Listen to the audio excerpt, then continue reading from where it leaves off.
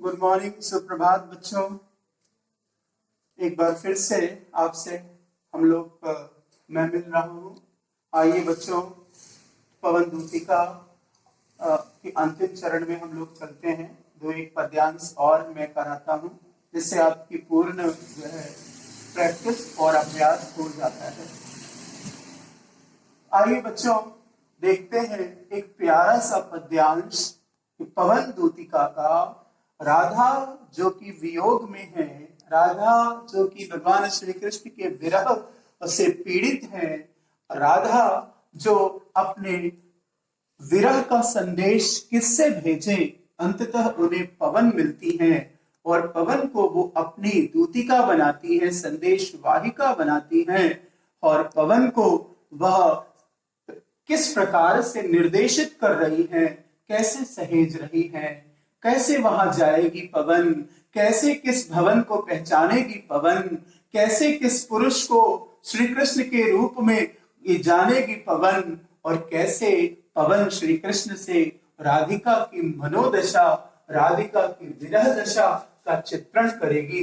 बच्चों, ये जरा सोचें, आप सोच कर देखें, जब शब्द नहीं हो, जब कहने के लिए भाषा नहीं हो, तो किस प्रकार से कवि प्रतीकों के माध्यम से राधा की मनोदशा का, राधा की शारीरिक दशा का किस प्रकार से विशद, किस प्रकार से अभिनव चित्रण कर रहे हैं। आइए इसका हम लोग यहाँ दर्शन करते हैं। और इन सुंदर पंक्तियों में सूखी जाती मलिन लतिका जो धरा में पड़ी हो। पवन भगवान श्री कृष्ण के धाम मथुरा पहुंच गई, पवन राजमहल में पहुंच गई, पवन ने पहचान लिया कि कृष्ण कौन है, और पवन अब श्री कृष्ण के समक्ष है। अब पवन को राधिका की दशा श्री कृष्ण के समक्ष बतानी है, और कैसे बताए। राधिका पवन को सहेज रही है। सूखी जाती मलिन लतिका, कमजोर सी लता जो सूख रही हो, अगर वो धरती जो धरा में पड़ी हो, धरती में पड़ी ऐसी लतिका, ऐसी लता जो सूख रही हो, जो कमजोर हो रही हो, अगर तुम्हें आसपास ये पवन कहीं नजर आ जाए, कहीं दृष्टिगत हो जाए, तो क्या करना, तो पांवों के निकट उसको शाम के ला गिराना। अब तुम पवन बोल तो नहीं पाओगी, तुम फिर मेरी दशा को कैसे बता पाओगी। तो उस सूखी जा रही लतिका जो कि मलिन हो गई है, जो कि कमजोर पड़ी है, उसे उठाना और उसे मेरे कन्हैया के पैरों के निकट, श्याम के पैरों के निकट आहिस्ता से लाकर गिराना। उसके पश्चात यो सीधे से प्रकट करना।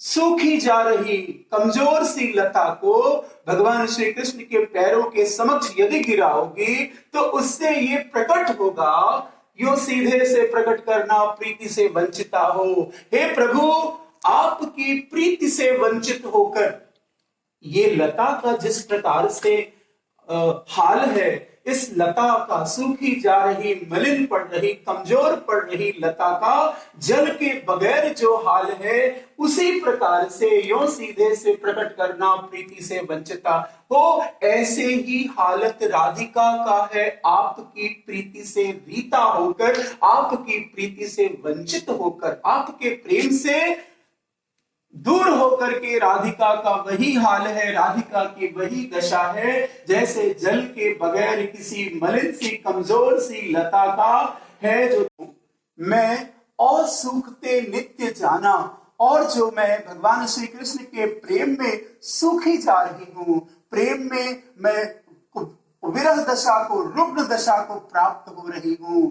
मेरी दशा बिल्कुल वैसी ही है जैसे उस सूखी जा रही कमजोर सी लता की है, जो धरा में पड़ी हो और जिसकी जल के बगैर दशा है। वही दशा मेरी है भगवान श्री कृष्ण के प्रेम के बिना। कोई पत्ता नवल तरुका पीत जो हो रहा हो। एक प्रतीक के माध्यम से बच्चों राधिका की दशा को बताया गया। अब राधिका दूसरा प्रतीक चुनती है।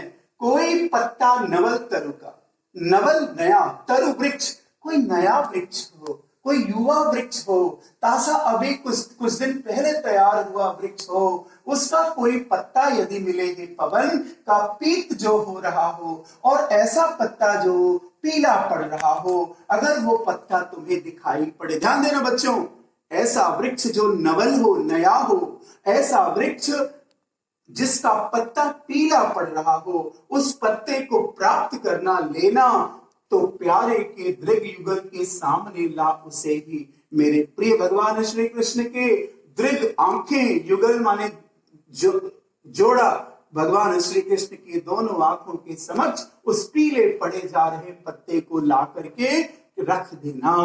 फिर उसके बाद धीरे धीरे समझ रखना, उस पत्ते को रखना कैसे है, धीरे धीरे आहिस्ता से हौले हौले संभाल कर रखना, और उन्हें यो बताना, और इस प्रकार से धीरे धीरे पीले पड़े हुए नए वृक्ष के पत्ते को संभाल कर यदि तुम रखोगी तो पीला होना प्रबल दुख से, और ये प्रतीत करोगे कि हे प्रभु, जिस प्रकार से ये पत्ता जल के बगैर, जिस प्रकार से ये पत्ता रुग्ण होकर के पीला पड़ा जा रहा है, पीला होना प्रबल दुख से प्रोषिता सा हमारा, उसी प्रकार से आपके दुख से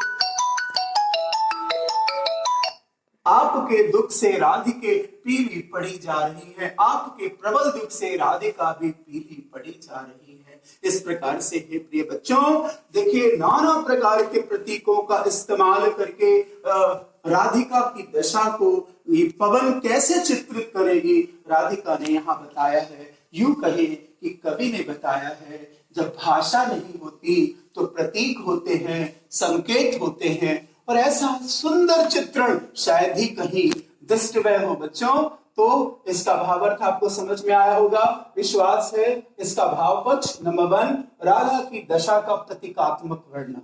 राधा की भौतिक दशा क्या है, उसे एक सूखी लता व्यतीत कर रही है, व्यक्त कर रही है। दूसरा, राधा की दशा क्या है, उसको एक नए उगे हुए पेड़ का पीला पड़ा हुआ पत्ता प्रकट कर रहा है, वियोग श्रृंगार है। पूरे की पूरी बच्चों इस पद्यांश में एक तरह से अप्रत्यक्ष हृदय का, राधिका के विरह का, वियोग का वर्णन है, इसलिए वियोग श्रृंगार। कला पक्ष में भाषा बच्चों मैंने कल भी बताई थी, खड़ी बोली है। अलंकार में उपमा है, आप देखें प्रोषिता सी से अगर आए तो उपमा अलंकार, और बच्चों पूरे के पूरे पद्यांश में मानवीकरण है। कभी हवा जाके संदेशा नहीं कहेगी, कभी हवा पत्ता जाकर नहीं गिराएगी, और कभी हवा मानवोचित कार्य नहीं करेगी, मगर इसमें है अर्थात मानवीकरण अलंकार, गुण प्रसाद है बच्चों। मैं आपको भाव पक्ष कला पक्ष इसलिए बताता हूं कि यही बोर्ड परीक्षा में अच्छे अंक प्राप्त करने का सबसे अच्छा, बच्चों 1000 उत्तर पुस्तिकाओं में आपकी एक होगी अगर आपको भाव पक्ष और कला पक्ष लिखना आएगा। तो बच्चों यहाँ बात करते हैं प्रश्न की, राधा पवन से पृथ्वी पर पड़ी हुई लता से क्या करने को कहती हैं।